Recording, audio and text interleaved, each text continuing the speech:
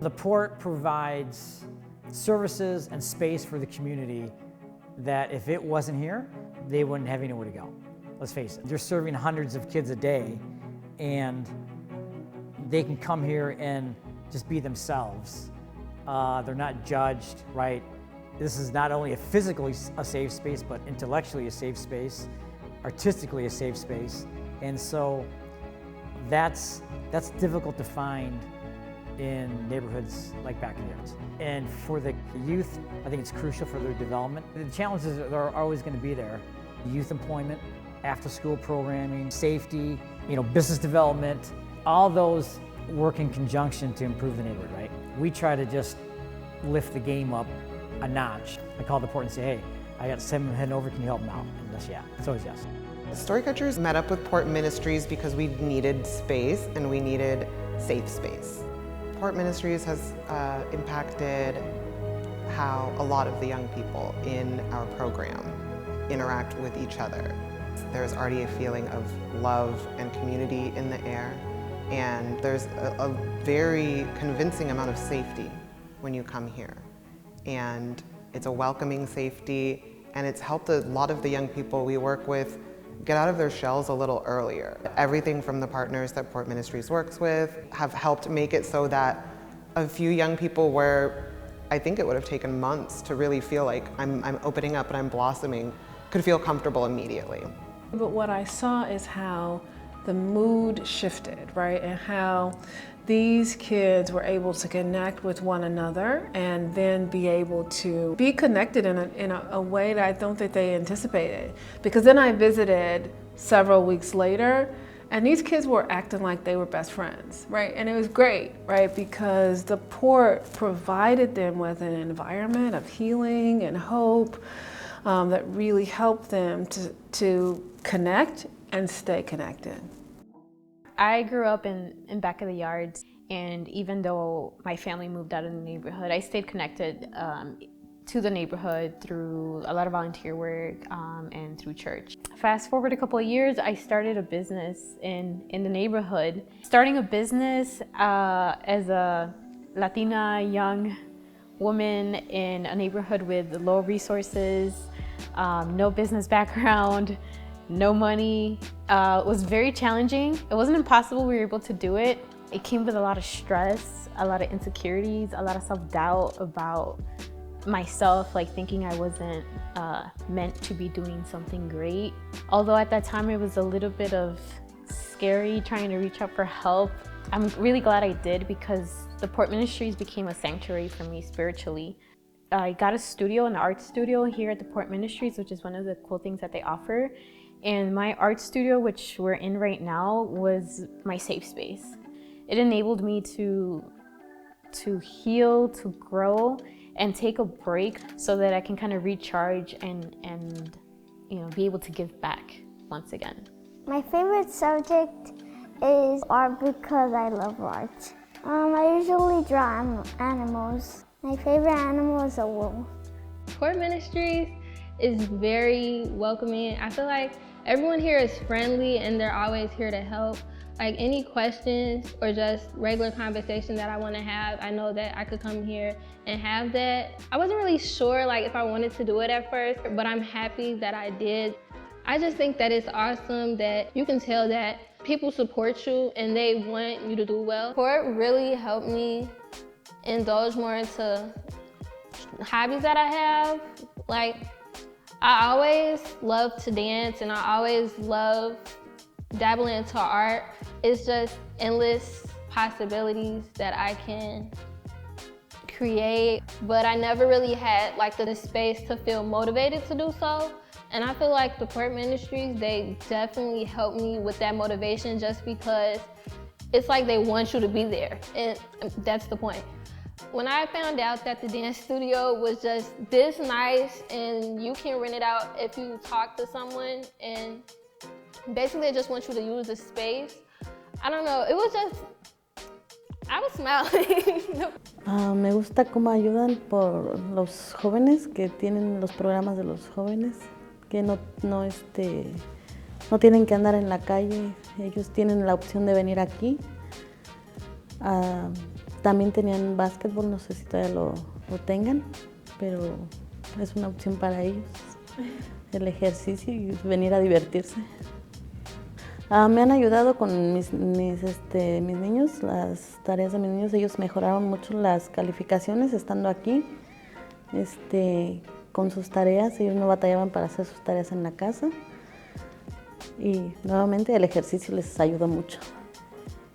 Que ayuden, que a lo mejor piensas que es un granito de arena que vas a sembrar, que es una semillita que vas a sembrar y que va a fulminar y que va a ser algo grande. Cuando tú ves los programas crecer, cuando ves un niño, puede ser que entren muchos y a lo mejor uno salga mal o lo que sea, pero ver cómo progresas, cómo puedes ayudar a que alguien se forme, a que alguien crezca, a que pueda ayudar, en algún futuro te va a ayudar a ti.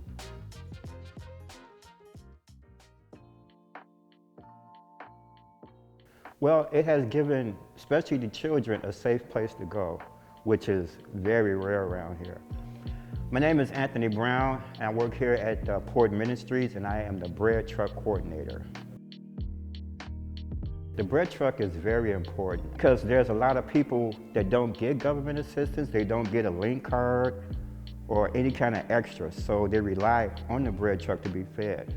And we're in the process of doing it right now, and to have our sandwich making and deliveries set up to where we are able to feed more people and go outside the radius that we already go in. So that's what we're working on right now. We have like a after school program that they can go to.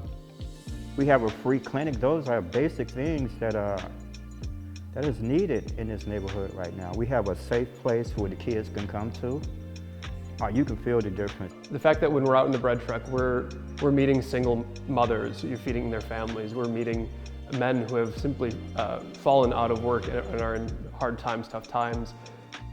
People who are dealing with substance abuse. But across all of these things, there are people who have needs. And so while their needs may be different, they're still able to come and be fed and to be nourished.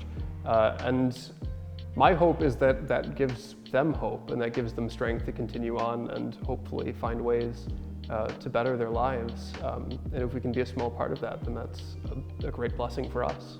The free clinic, they would also jump on the bread truck and they would go out and just do basic things with the people, like take their blood pressures, give them paperwork where they can go and get, besides the port, if they need something that we can't do, they'll give them information on how to get through that also. We will go on our rides with the bread truck as well and offer some type of healthcare component. We may do some blood pressure checks or maybe some sugar checks and so forth, and kind of put the word out about the free clinic, because a lot of people may not have ever even heard of the free clinic or not be aware that it's in their neighborhood. The port helps the community, I think, in a number of ways.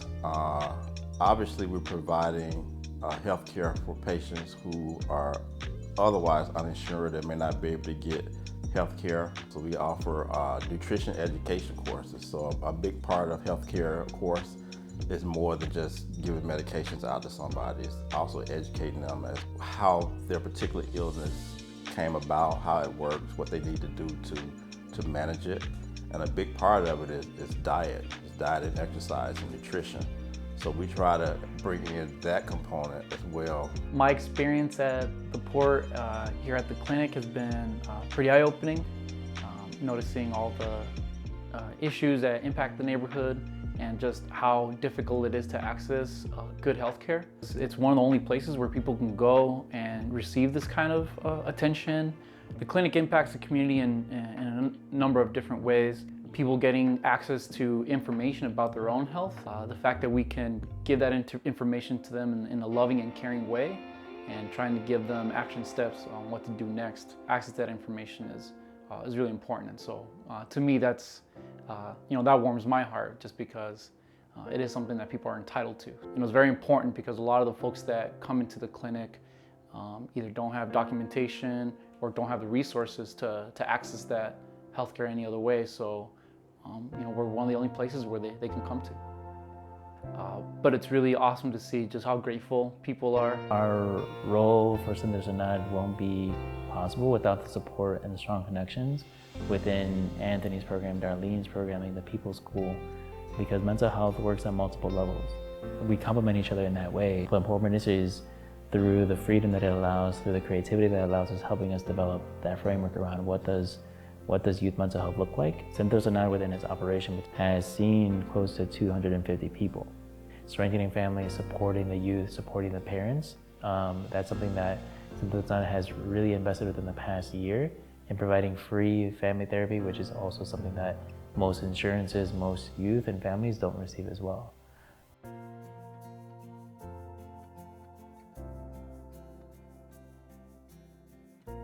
And if we had more funding, we would be able to really reach some corners of the neighborhoods that we probably haven't tapped into yet. We can make ourselves more visible. We could obviously buy needed equipment and supplies. Supplies are, as everybody knows, supplies are expensive. Medications are expensive. So when we're providing those types of resources to patients, we have to foot that bill. Like, this comes literally out of the port's pocket. So that's why donations, once again, is so important for those items. And we wouldn't be able to do this without the support from the community and the support from donors. You know that the port is going to do something incredible with whatever it's given. You have a beautiful network of volunteers coming from the community itself. They know the needs, they know the people, and they know how to make the best use out of it. And it's going to turn into something beautiful. I'm sitting in this room surrounded by artwork that people have made, which is itself an expression of transformation that comes out of this place. I think it's important that the port keeps funding and keeps the clinic open, because we're literally taking care of the health of the community and keeping the community alive.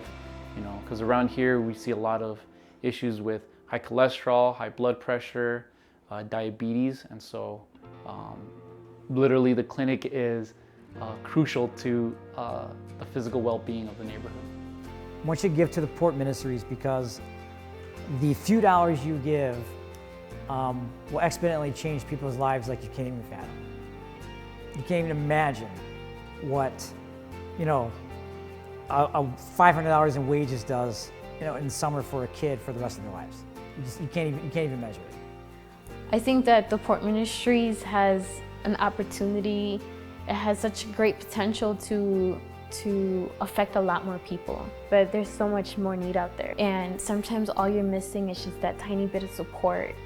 You're just, you know, missing someone to show you the way, or, you know, where to apply for something. It could really motivate a young person to keep going, or to, you know, take a different path in life. And so, you know, it's just really important to show our community that there's people out there that care.